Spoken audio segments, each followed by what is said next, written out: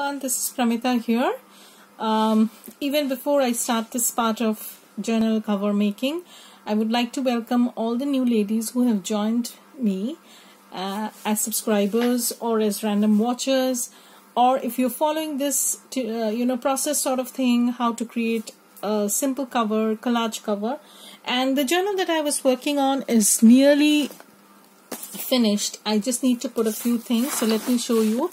So you're basically going to create a cover like this. So let me lift the camera so that you people. Now my my journal space is a mess as usual, and I don't want to show that to you people because it's not good. It's not looking good. So this is the cover that I had constructed out of the same cookie box. And only thing is that it was on this side. So anyways, it doesn't matter because you're going to cover this up anyways. So here I'm going to add a closure. It's already packed to the brim, and I also need to add some tabs, some journal jewelry sort of thing, some beaded charms. Here is the 5-hole pamphlet stitch that I have done. Here is a tag. This is a window pocket. And this is another window pocket. So I've basically completed 90% of the journal. I'll just give you a sneak peek. So here is an altered envelope. Now these envelopes are going to come into my shop very soon. These are printable envelopes, vintage envelopes from my personal stash. And then I have decorated them, since this is a botanical nature themed journal. I decided to use some vellum stickers that I had of mushrooms, some labels, some washi tape, and then have grunged it up. So I'm going to do a process of this, how you can create your own envelopes out of printables. So here is a tuck spot, and this is not a flip, guys. This is just a brief view of how things are looking. So I'll just give you a brief glimpse, and just so that you know that this is the kind of cover we are going to create, and there will be a lot of variations if you want to create. I'll tell you all those ideas also, like how you can create your own variations and put in your mark to the covers. Everybody has their different styles. So my style is definitely different from somebody else's, or maybe yours. So that's that. So this is another mock-up cover that I've done, just to show you that how this will save a little bit of time basically. So this is the cover that I have created. Same technique, same biscuit cookie box, everything is the same. The only thing that I've done is I have after creating the spine, what I've done is I have stitched along that spine. I had talked about that in the previous video. So if you have not watched the previous video, then I would highly advise you go back and watch the first part. I'll put a link into the description box so that it's easier for you to look into that. So this is the way that I do that. I've stitched along the spine. So now you can see that this was actually the spine of the box, but I have created this spine. So you have to constantly tell this cover that this is not your spine, this is your spine. So that is the reason why I have stitched, so that it's easier for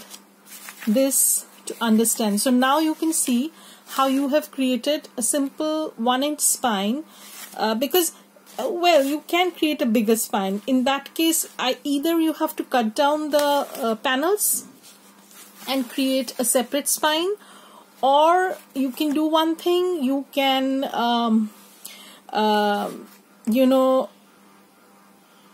follow the spine that came along with the box, and that was a huge spine. That was around more than 2 inches. Then in that case, your journal is not going to be this wide also. It's going to be smaller, because then you will have only this much area to play with.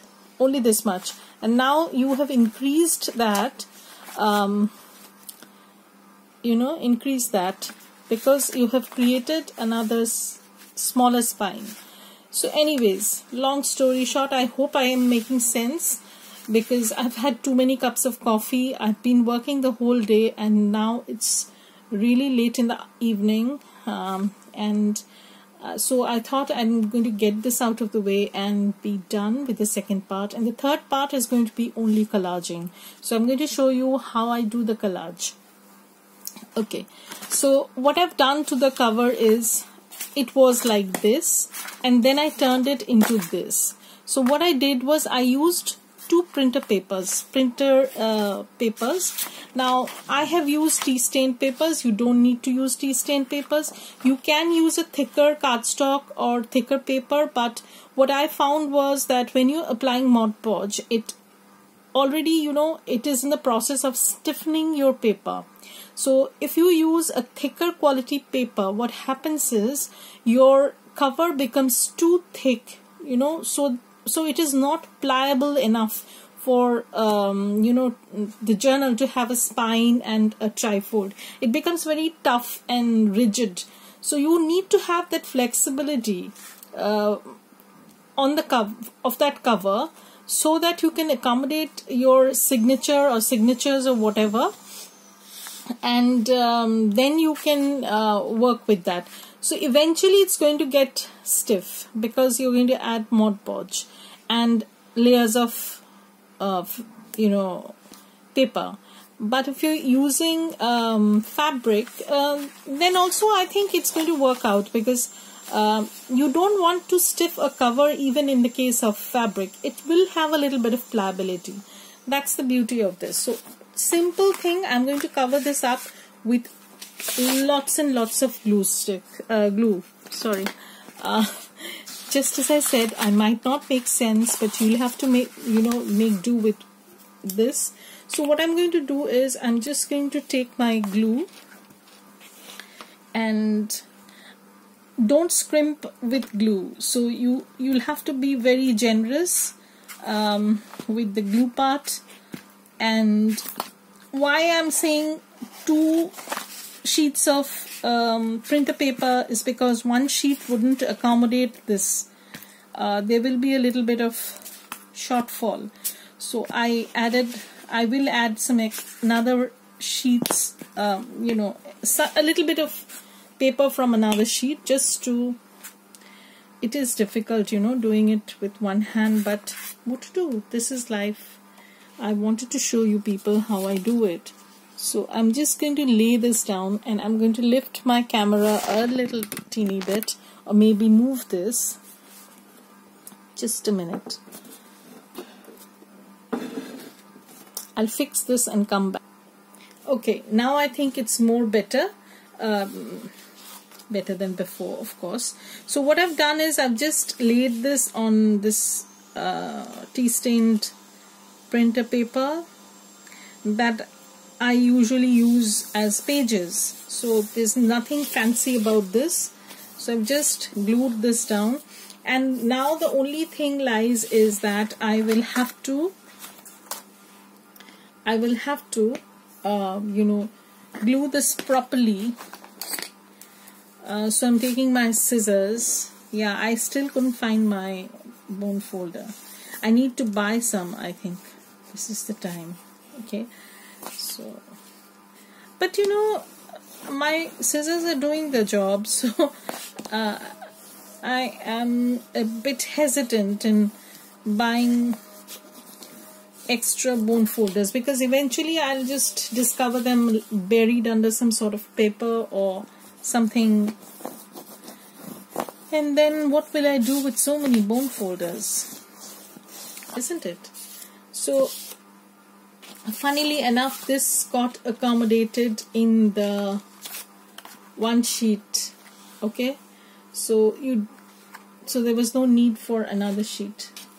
So I'm going to cover the other side also, but not now, because I want this to dry, and then after it dries, what we'll do is we will just stitch around the perimeter like the one that we have done, and then we will just chop off the extra bit. So that's the only thing that we need to do.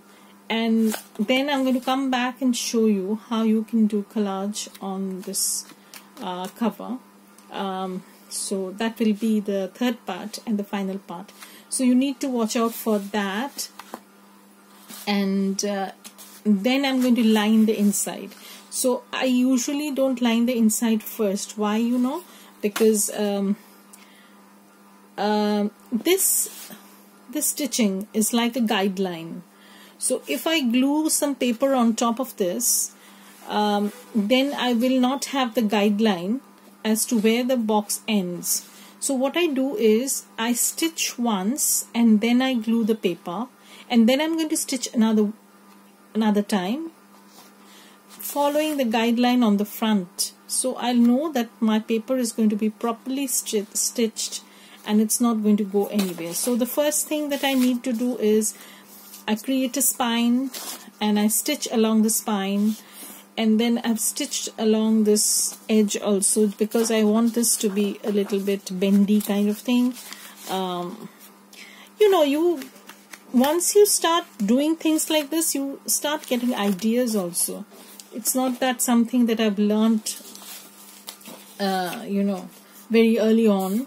I've just found that this made my job easier. So now the thing we can do is we'll stitch around the perimeter and we will glue another piece on top and then stitch again. So I'll come back and show you how I do that.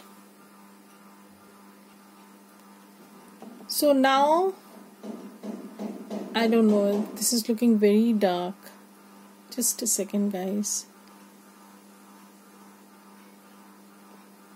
I need to change the focus a little bit. So now I have stitched around the perimeter, as you can see, and I will trim off the extra bit. So this is how it's looking.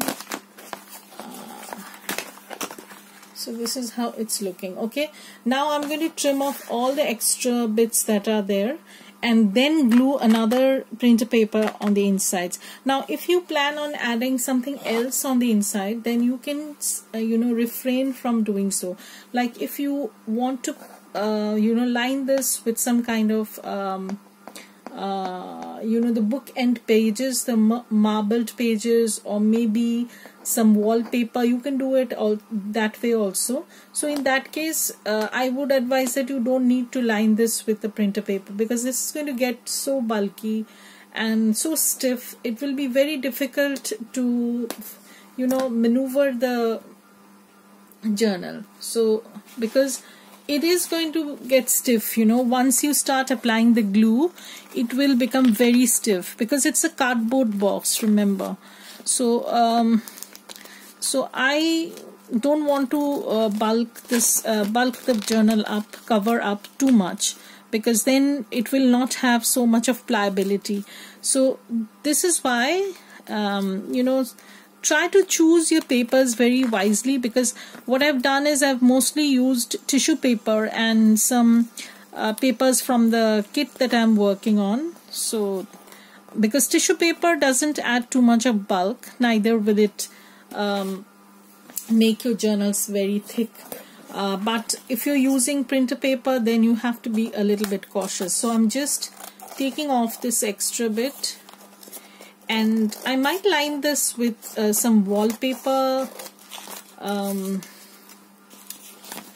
but I'm not sure, because I'm not sure in which project I'm going to use this. So I'm going to keep it flexible enough. But I'm going to show you how I will do the collage usually using tissue papers, because you can use napkins also, but I'm not very confident about using napkins because I don't know, I simply can't handle them too well, it seems.